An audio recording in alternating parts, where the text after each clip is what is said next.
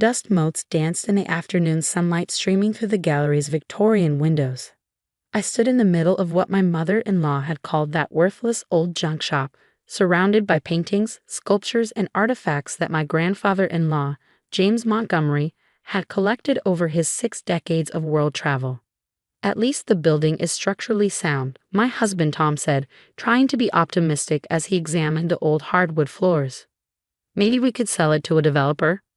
I ran my hand along an ornate frame, feeling the intricate carving beneath years of dust. Not yet, I said quietly. Your grandfather left this to us for a reason. Let's at least try to understand what he built here. My name is Emma Chen Montgomery, and 2 weeks ago, I inherited what the family considered the booby prize in James Montgomery's will.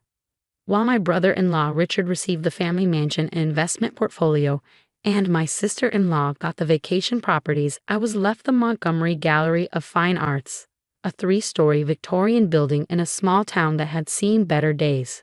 A fitting inheritance for the art history major, my mother-in-law Margaret had sneered at the will, reading, "Worthless art for someone with a worthless degree." What they didn't know was that during the last year of his life, I was the only one who regularly visited James.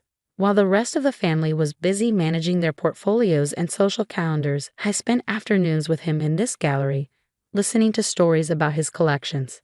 But he never gave me a complete inventory, never fully explained what treasures might be hidden among what looked like a lifetime of eclectic collecting.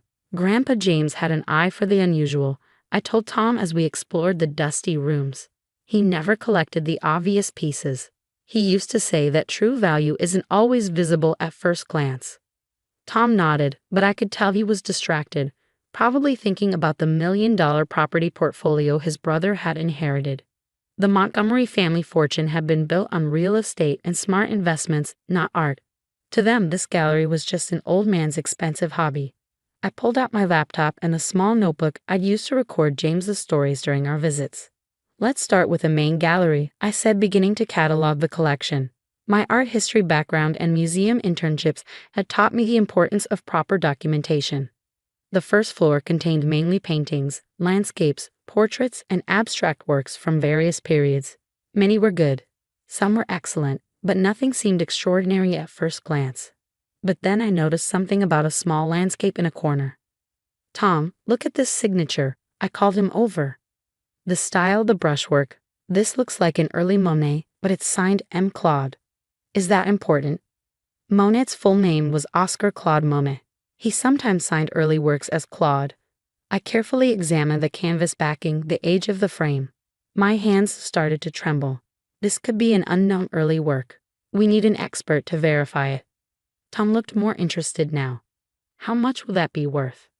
"If it's authentic, millions." I was already taking detailed photographs. But more importantly, if Grandpa James had one piece like this, there might be more, Tom finished, finally understanding.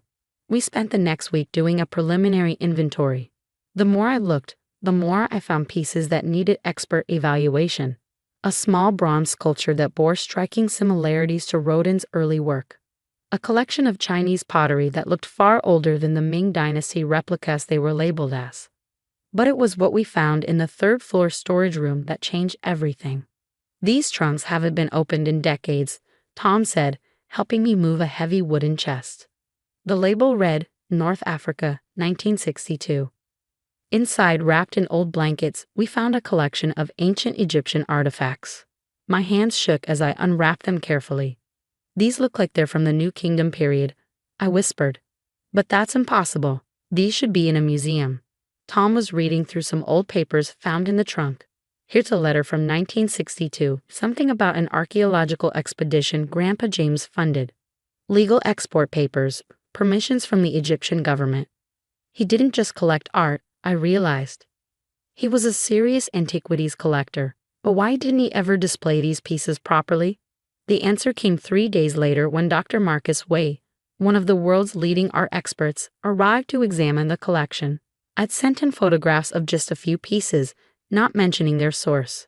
His response had been immediate and intense. The moment he walked into the gallery, his professional demeanor cracked. "My God," he whispered, moving from piece to piece. "Do you understand what you have here?" I watched him examine the small landscape I'd noticed. His hands were shaking as he used his specialized light to examine the paint and canvas. "This is an unknown early Monet," he confirmed. "Probably from his time in Normandy, before Impression, Sunrise. But that's just the beginning." He moved to the bronze sculpture. "This Rodin is also authentic, one of his studies for the thinker. And these pottery pieces," he carefully lifted one of the Chinese vases, Ming Dynasty, but not replicas, originals. My head was spinning. How much would you estimate the collection is worth?" Dr. Wei looked around the gallery, making rapid calculations. "Just from what I've seen on the first floor, at least $100 million. If those Egyptian artifacts you mentioned are authentic, possibly much more." At that moment, my phone buzzed. A message from Richard. "Family meeting tomorrow. Discussing a developer's offer for your gallery property. Don't be difficult about this." I showed the message to Tom, who had sunk into a chair, still processing the revelation about his grandfather's collection. "What are you going to do?" he asked. I looked around at the treasures James had spent a lifetime collecting, thinking about our conversations, about his belief in looking beyond the obvious. "First," I said, "we're going to document and authenticate everything properly. Then we're going to turn this gallery into what your grandfather always dreamed it could be." Dr. Y was already making calls to his colleagues, arranging for a full evaluation team. "This will shake the art world," he said excitedly. "A previously unknown private collection of this magnitude." As I watched the experts begin their work, I thought about tomorrow's family meeting, about Margaret's sneers and Richard's condescension, about how they dismissed this inheritance as worthless, just as they dismissed my art history degree. Sometimes the best revenge isn't about proving others wrong, it's about proving yourself right. And sometimes the most valuable things are hidden in plain sight, waiting for someone who knows how to truly see them. The Montgomery family's private conference room hadn't changed since I first entered it 10 years ago as Tom's fiancé. The same oil paintings of stern-faced ancestors lined the walls, silently judging every decision made beneath them. Richard sat at the head of the table, Grandpa James' old spot, while Margaret held court at his right hand. "We've received an offer from Platinum Development Group," Richard announced without preamble. $5 million for the gallery property. Given the location and condition, it's more than generous. I placed my folder on the mahogany table, taking my time. "That is generous," I agreed, "but I'm afraid we'll have to decline." Margaret's perfectly manicured nails drummed against the table. "Don't be foolish, Emma. That building is eating up money in maintenance costs. The art inside isn't worth a fraction of this offer." "Actually," I said, opening my folder, "about that art, I began laying out photographs and preliminary authentication reports. Dr. Marcus Wei and his team have spent the past week evaluating the collection. Would you like to know what they found?" Richard barely glanced at the documents. "Some old paintings and dusty antiques. What's your point?"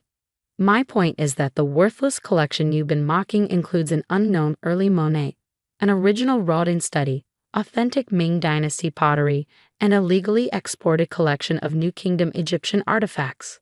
I slid the preliminary valuation across the table. "Current estimated value, approximately $300 million, and they're still cataloging the second floor." The silence that followed was absolute. Margaret's face had gone pale. Richard picked up the valuation with trembling hands. That's impossible," he stammered. "Actually," a new voice said from the doorway, "it's probably conservative." Dr. White entered, followed by his colleague Dr. Sarah Chen from the National Gallery. "We just finished our preliminary assessment of the second floor collections. The Japanese prints alone are worth $20 million. I watched as the family's expressions shifted from dismissal to disbelief to dawning comprehension. Tom, who had been quiet until now, spoke up. "Grandpa James didn't just leave us a building," he said. "He left us a legacy, one that only Emma was patient enough to understand." Dr. Chen stepped forward, her eyes bright with excitement. "The Montgomery Collection, as we're proposing to call it, represents one of the most significant private art collections to emerge in decades. The range, the quality, the historical significance." She spread out more photographs on the table. "These pieces tell the story of human creativity across centuries and continents. We're offering our full support to establish this as a proper museum," Dr. Wei added. The art world is already buzzing with the news. Several major institutions have expressed interest in collaboration. Richard's face had turned an interesting shade of red. Now wait just a minute. If this collection is worth that much, surely the family should have a say in its disposition. Perhaps we should consider selling to private collectors. Actually, I interrupted, pulling out another document. Grandpa James was very clear about that.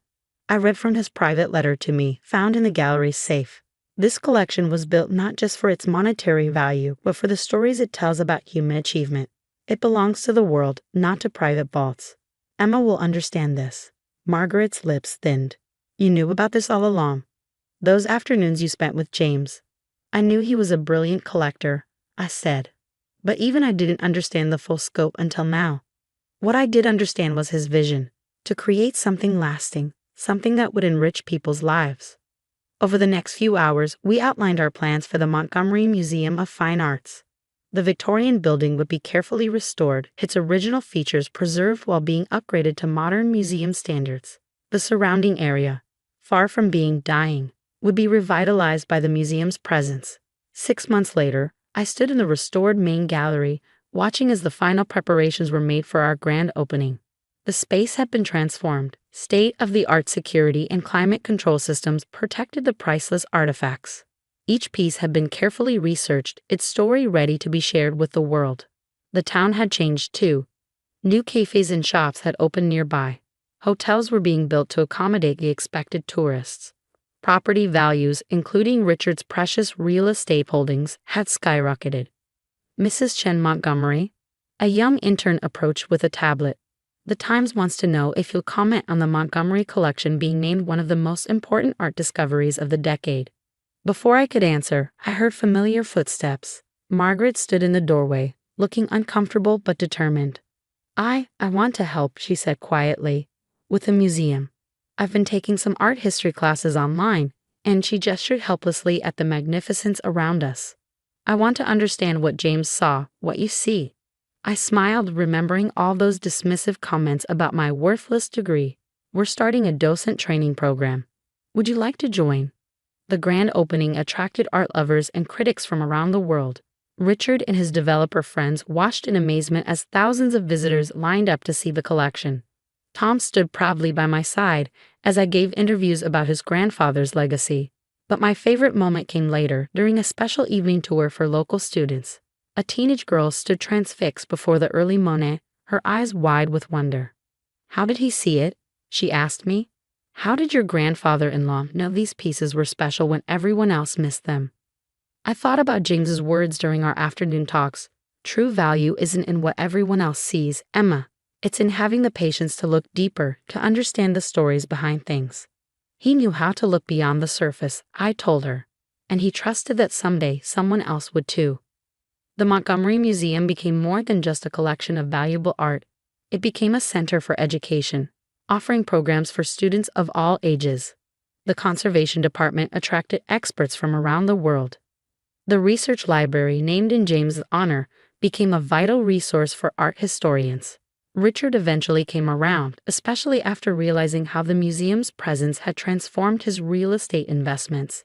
He even donated one of those stern ancestral portraits to our historical collection, though I suspect that was more about tax benefits than reconciliation. Margaret threw herself into her docent training with surprising enthusiasm. Watching her explain the significance of Ming Dynasty pottery to visitors, her face alight with genuine interest, I realized that sometimes the best revenge isn't about proving others wrong. It's about opening their eyes to what they've been missing. Last week, I found a letter while organizing James' papers. Written shortly before his death, it read, "Dear Emma, by now you've discovered what I've always known. That value isn't just in what can be bought and sold, but in what can be understood and shared.